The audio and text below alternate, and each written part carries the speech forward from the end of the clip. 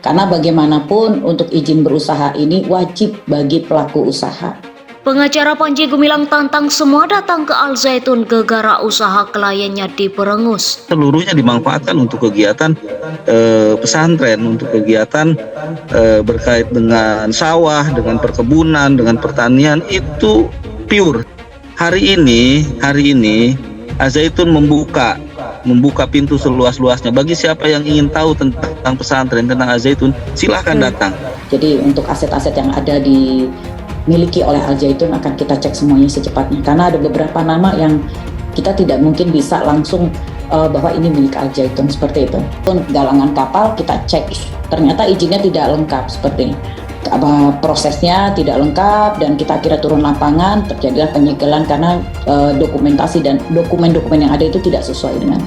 Dan kita meminta kepada pelaku usaha tersebut, ya ayo selesaikan sesuai dengan ketentuan dan syarat yang berlaku. Ya kan? Bisnis-bisnis apa yang memang ada di Al Zaitun itu dimiliki segera dilaporkan.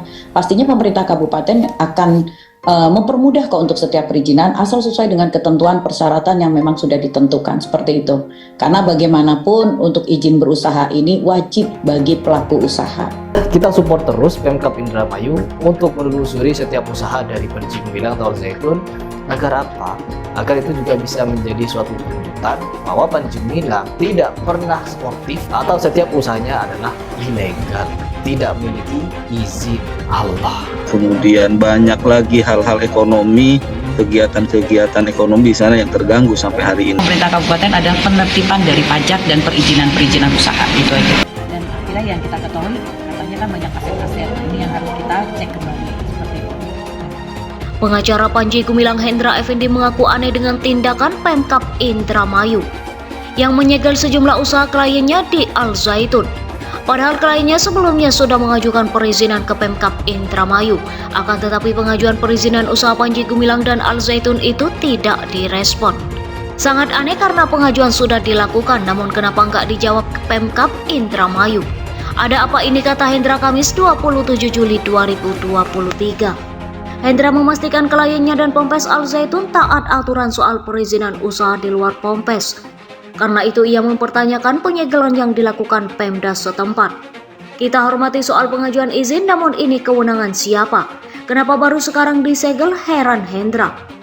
Hendra menilai semua tindakan yang dilakukan terhadap kliennya itu tidak lebih dari sekedar framing. Sebab semua itu terjadi setelah ramainya pemberitaan soal Panji Gumilang dan Al Zaitun. Ini framing apalagi di media. Saya melihat dengan tindakan penyegelan dan sebagainya ini menandakan pemimpin yang tidak punya karakter jelasnya. Karena itu ia menantang semua pihak untuk melihat langsung kondisi di Al Zaitun saat ini. Al Zaitun diserahkan kepada Kemenak. Menteri Agama Yakut mengharap keputusan dari Mahfud MD.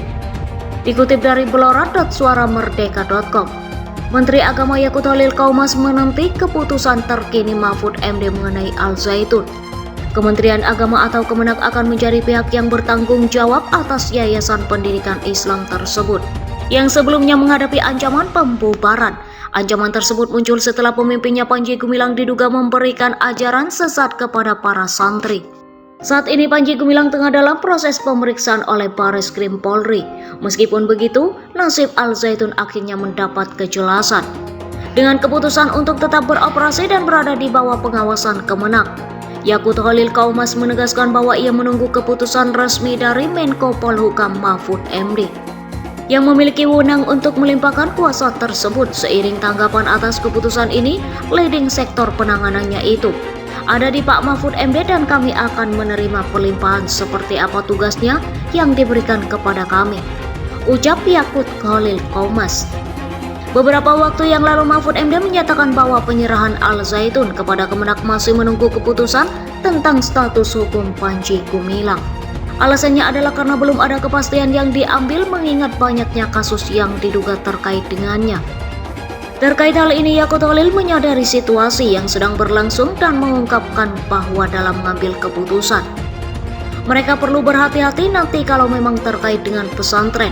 Yang terpenting dalam pandangan Kemenak adalah hak santri dan siswa yang ada di sana. Untuk tetap belajar itu yang akan kami jaga. Selebihnya kebijakan terkait lainnya itu di luar Kemenak, apakah akan fokus pada santri dan siswa untuk bisa tetap memiliki hak, ujar Yakut Khalil Kaumas. Pemerintah telah memutuskan untuk tetap menjaga eksistensi Al Zaitun berdasarkan pertimbangan bahwa ada 5.014 santri yang saat ini sedang menempuh pendidikan di lembaga tersebut.